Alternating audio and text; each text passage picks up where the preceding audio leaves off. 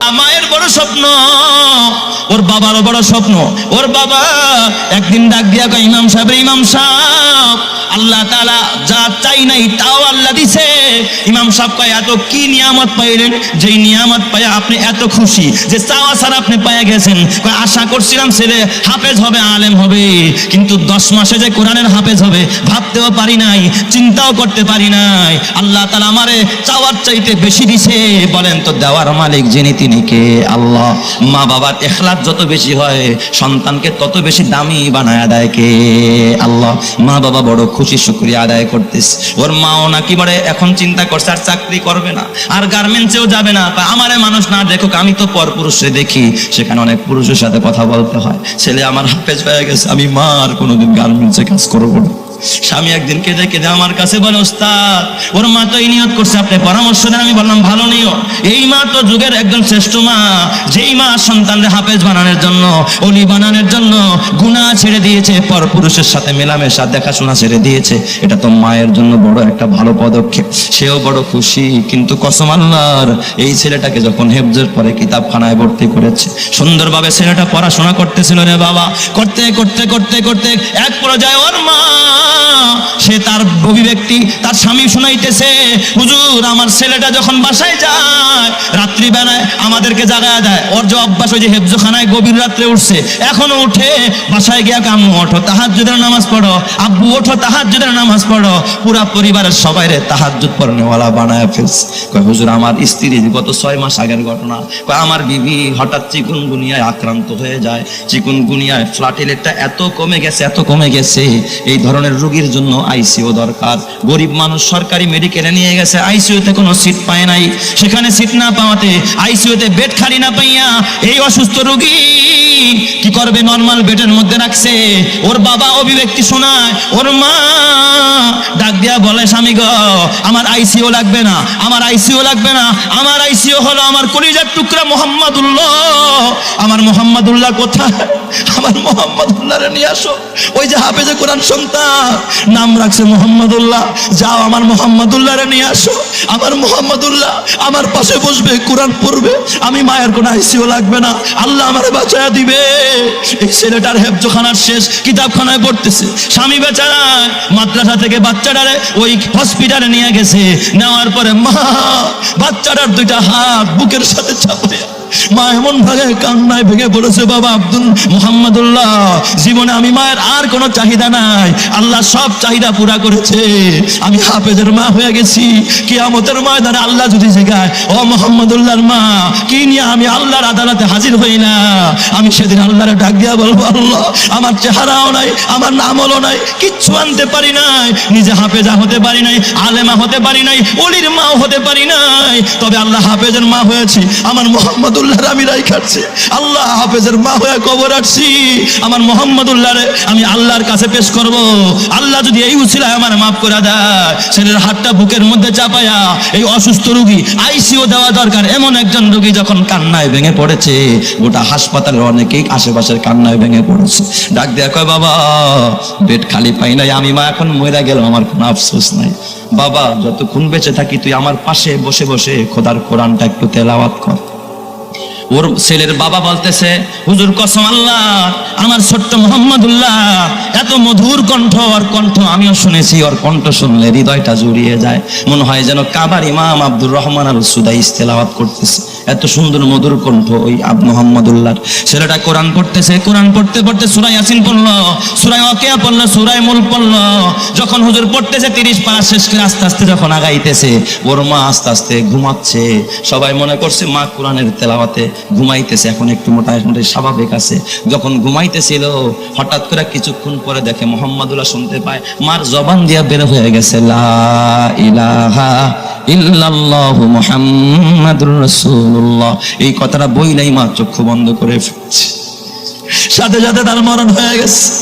এ আমার বাবা, ওই মায়ের জীবন ধন্য, যেই মা তার সন্তানরে কোরআন হাফেজ বানায় গেছে। বাবা, তুই তো পারলি না, আল্লাহর নবী কয় আনা ওয়া কাফিলুল ইয়াতীমি কাহাতাইনি ফিল জান্নাহ। এই দুনিয়ার ভিতরে যারা এতিমকে লালন পালন করবে, এতিমের খাবারের ব্যবস্থা করবে, এতিমের জন্য ঘরের ব্যবস্থা করবে, এতিমের জন্য পোশাকের ব্যবস্থা করবে, আল্লাহর নবী কয় আমার দুই আঙ্গুল যেমন পাশাপাশি, আমি মুহাম্মদ ওয়াদা দিলাম কিয়ামতের ময়দানে ওই মানুষটাকে নিয়ে আমি মুহাম্মদ একই সাথে পাশাপাশি একই জান্নাতে থাকবো। চিৎকার মেরে কোন সুবহানাল্লাহ।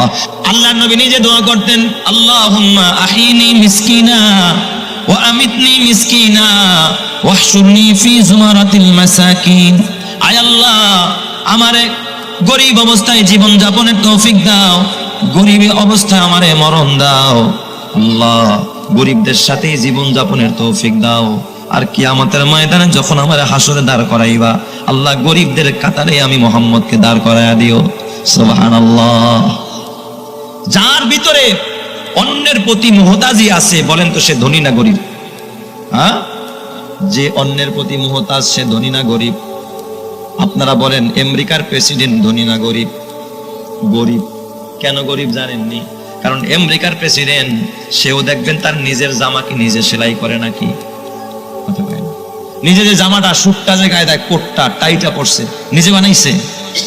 এটা বানানোর জন্য তার একটা দর্জি দরকার ছিল কিনা? সে দর্জি ছাড়া চলতে পারে না। তার পায়ের জুতাটা সেলানোর জন্য একটা মুসি দরকার, তার খাবার রান্না করার জন্য কুক দরকার, বাবুর্চি দরকার। সেও মুহতাজ। কিন্তু একজন যিনি বেমুহতাজ, যার কোনো মুহতাজি নাই, তিনি কে? কুল হুয়াল্লাহু আহাদ আল্লাহুস সামাদ।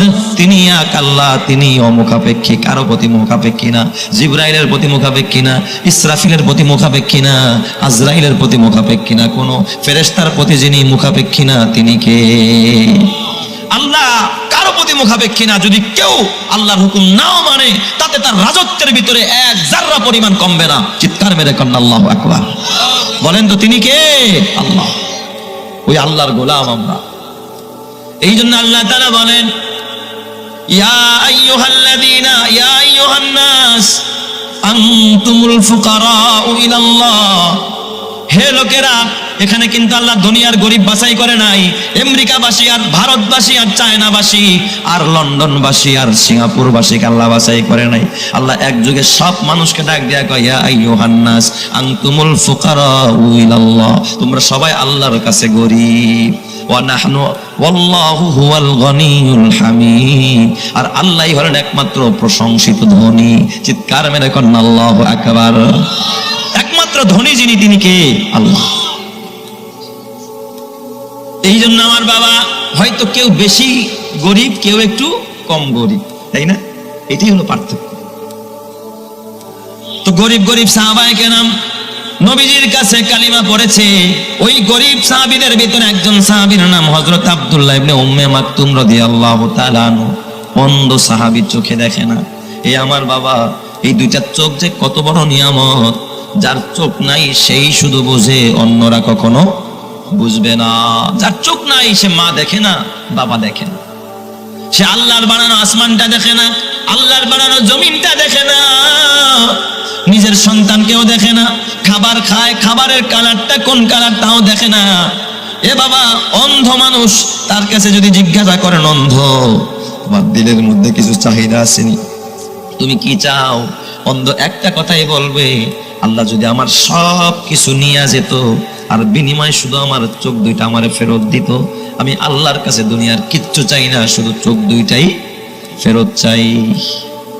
ওর নাই, এই জন্য বুঝে এই নিয়ামতের কত দাম। আপনার আছে, আপনি বুঝেন না, ঠিক না? আপনার আছে বিদায় আপনি বুঝেন না। এই নিয়ামতেরও যিনি হিসাব নেবেন কিয়ামতের ময়দানে, তিনি কে? আল্লাহর কোরআন বলে, সুম্মা লা তুসআলুন্না ইয়াওমাইযিন আনিন নাঈম। কিয়ামতের ময়দানে আমি আল্লাহ প্রত্যেকটা নিয়ামত সম্পর্কে আমার বান্দা বান্দির জিজ্ঞাসা করব। এই চোখ দিয়া কেন দিলাম, চোখ কেন দিয়েছি, কি কাজে তুই ব্যয় করছস? আল্লাহ তাআলা বলে, ইন্নাস সামআ ওয়াল বাসারা ওয়াল ফুআদা কুল্লু উলাইকা কানা আনহু মাসউলা। আমি এই চোখকে জিজ্ঞাসা করব, তোর কি টিকটক দেখতে লাগা বানাইছিলাম? আল্লাহ জিজ্ঞাসা করবো, তোর কি ইউটিউব দেখার লেগা বানাইছিলাম নাকি? এই চোখ দিয়া দুনিয়ার লাল নীল নারী দেখার জন্য বানাইছি নাকি? আল্লাহ বলবো, কান কি খালি ইয়ারফোন ঢুকায় খালি গান শোনার লেগা বানাইছিলাম নাকি?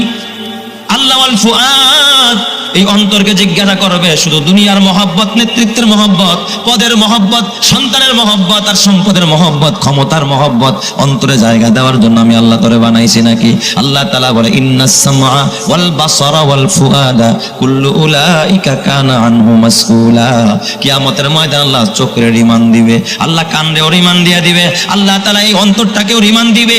এরপর আল্লাহ তাআলা যখন জাহান্নামের আগুনে জ্বালায়া দিবে, আল্লাহ তাআলা বলে নারুল্লাহিল মুকাদা তাত্তালিউ আলাল আফইদা।